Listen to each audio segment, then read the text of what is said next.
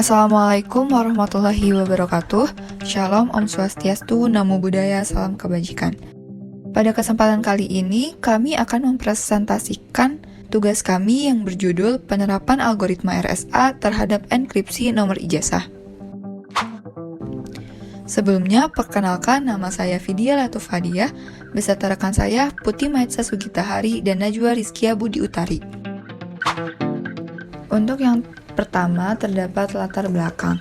Ijazah merupakan dokumen resmi yang diberikan oleh lembaga pendidikan untuk mengakui prestasi individu dalam menyelesaikan program pendidikan. Dalam era teknologi saat ini, keaslian ijazah sangat krusial untuk memastikan integritas pendidikan. Keamanan dan keaslian ijazah berperan penting dalam mencegah penipuan, pemalsuan, dan penyalahgunaan dokumen. Seiring berkembangnya teknologi, pendekatan tradisional dalam verifikasi keaslian ijazah seperti tanda tangan manual atau cap stempel semakin rentan terhadap pemalsuan. Oleh karena itu, diperlukan solusi modern yang memanfaatkan teknologi kriptografi untuk meningkatkan keamanan dan keaslian ijazah. Selanjutnya, terdapat tujuan. Yang pertama, mempermudah pendeteksi keaslian ijazah melalui perangkat mobile. Yang kedua, melindungi informasi sensitif dalam ijazah dari akses tidak sah. Yang ketiga, mencegah pemalsuan dokumen dan memberikan jaminan bahwa ijazah dikeluarkan oleh lembaga yang sah. Dan yang terakhir, meminimalkan pengguna kertas dan menerapkan paperless office. Selanjutnya, ada ruang lingkup. Pada pembahasan kali ini, kami melakukan enkripsi terhadap nomor ijazah hanya menggunakan algoritma RSA. Selanjutnya, terdapat dasar teori. Yang pertama, algoritma RSA. Algoritma RSA merupakan salah satu algoritma kriptografi kunci publik yang telah terbukti keamanannya, menawarkan solusi untuk mengatasi masalah ini. RSA memungkinkan pengamanan data melalui mekanisme tanda tangan digital di mana institusi pendidikan dapat menandatangani ijazah secara elektronik, sehingga keaslian dokumen dapat diverifikasi dengan mudah oleh pihak ketiga tanpa resiko manipulasi. Yang kedua, dokumen ijazah. Ijazah merupakan dokumen resmi yang menjadi bukti sah atas pencapaian akademik seseorang. Dokumen ini memiliki nilai legalitas tinggi dan sering digunakan untuk berbagai keperluan, seperti melamar pekerjaan, mendaftar pendidikan lanjut, atau memenuhi persyaratan administrasi. Yang ketiga, QR Code.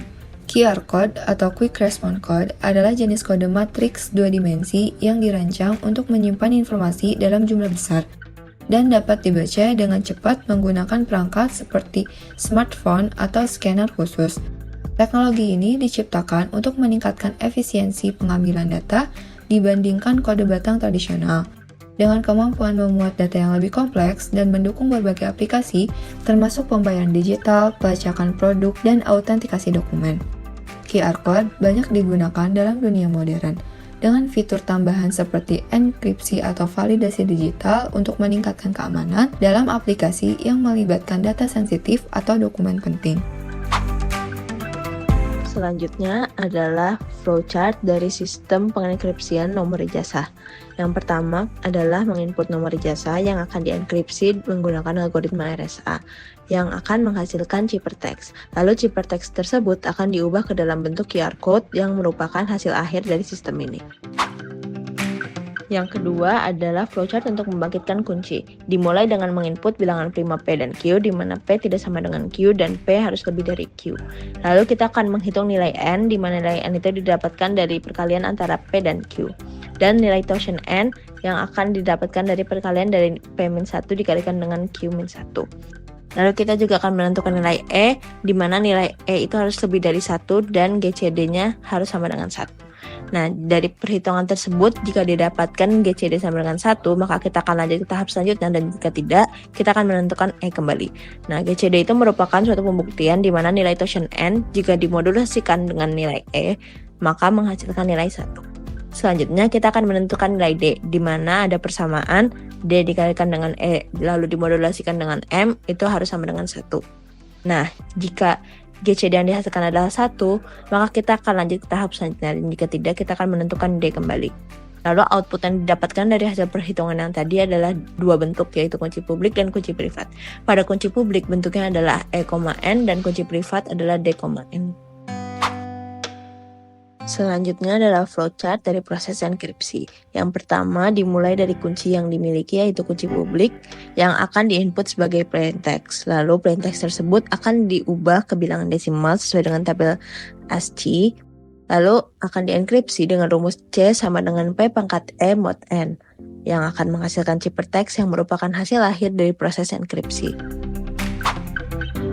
Yang terakhir adalah flowchart dari proses dekripsi, yang dimana kita akan menginput kunci privat sebagai ciphertextnya, lalu ciphertext tersebut akan diubah ke bilangan desimal sesuai dengan tabel ASCII, dan didekripsi dengan rumus P sama dengan C pangkat E mod N, yang akan menghasilkan plaintext yang merupakan hasil akhir dari proses dekripsi.